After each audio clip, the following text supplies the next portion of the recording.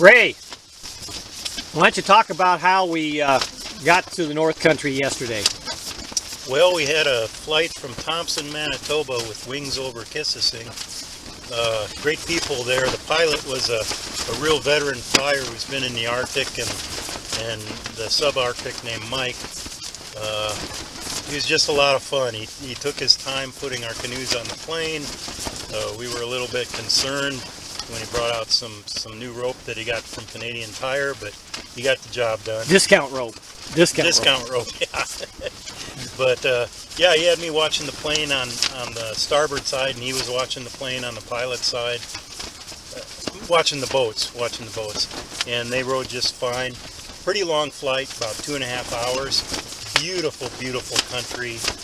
We saw different lake forms, different nutrient statuses of lakes, winter road, eskers, waterfalls, a few spot fires in the boreal. Just a really interesting flight. Loud, you want to bring earplugs. Test firing. How's your shoulder feel? Hey Greg, why are we carrying a shotgun on a canoe trip? Well, we're trying to be safe. Our first line of defense against bear is going to be bear spray. We have some other deterrents. Where each of us carrying banger shells, which can be fired up to 100 yards and make a loud pop and scare a bear away. And then if everything else fails, we're carrying slugs, which is the standard protocol for bear safety in the Arctic. Is the 12-gauge marine shotgun, which we both have, and then we're carrying slugs. And the last thing we want to do is sling a gun on a bear. Yeah, that's the last option.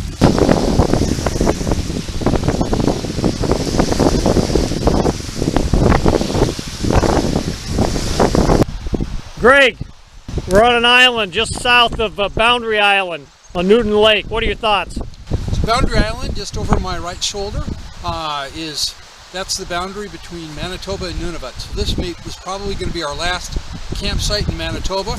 We're looking to make that crossing. It's about 2 nautical miles. We've got about 20 knots of wind. It's light capping out there. So we're probably going to camp here or on a small island over the way and hope for lighter wind. Sitting on an island between North Esker and South Esker Island, which is in the middle of a huge lake called Nueltin Lake in Nunavut province, paddling that route that Oberhauser did in 1912. Spectacular landscape, beautiful islands, tundra, trees are starting to disappear, just an incredible landscape. Big water. You can see a little bit of the Esker Ridge behind me, but there's a lot of ocean out. Well, it's not ocean, it's lake, but it's a big lake. A lot of fun paddling it. We're more than halfway up the lake, but we still got a ways to go before we get to the downriver part of this trip. Good weather, good trip, good company. So Vern, yesterday we climbed Hawk's Summit, and I know you've wanted to do that for a while. Yeah, because Ernest Oberhauser did that in 1912. He was lost on this huge lake that you see behind me, and he wanted to get a vantage point to figure out how to get to the Thlewiaza River. Climbed up it, put a little can with a note in it, and then about 50-some years later, in 1963, he flew back and found the can. It's one of those paddling holy grails. If you're a paddler and you know who Ober was, you want to go climb that hill. Been working on this for quite a few years. It was well worth it. The views are spectacular, and hopefully I'll be able to show some stills and videos of the looking from the Hawk Summit.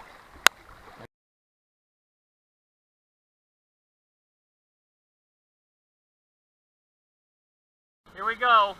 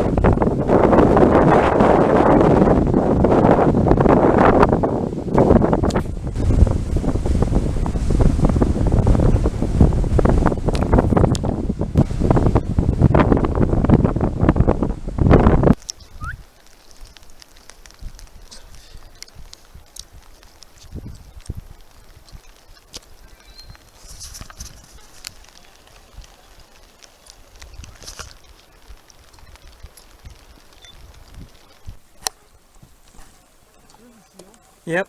Well, there was a sea. Whoa. It does look like water going over.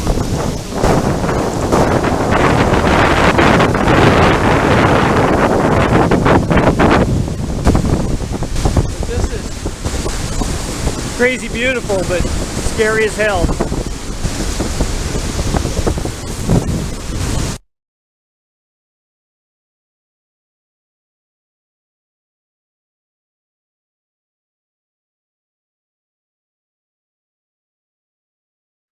What do you got, Ray? Oh yeah, yeah you do. Oh cool. Just a small one. Yeah, but still, it's a grayling. Atta boy.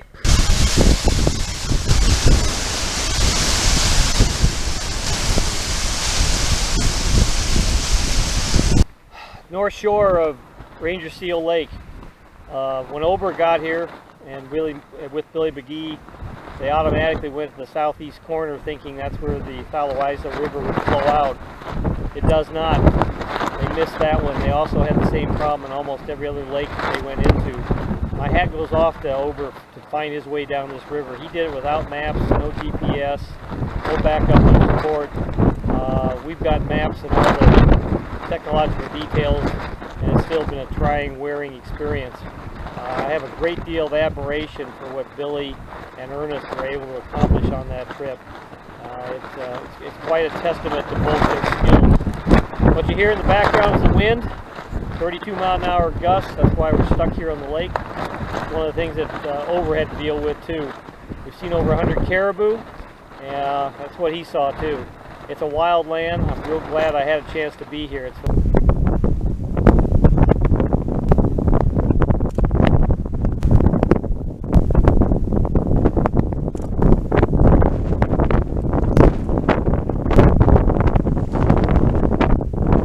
Wild place, great place. Been a great trip. We've seen seals, we've seen cabins, we've seen cultural sites, tombstones, everything but a wolf and a polar bear, and I don't need to see the polar bear.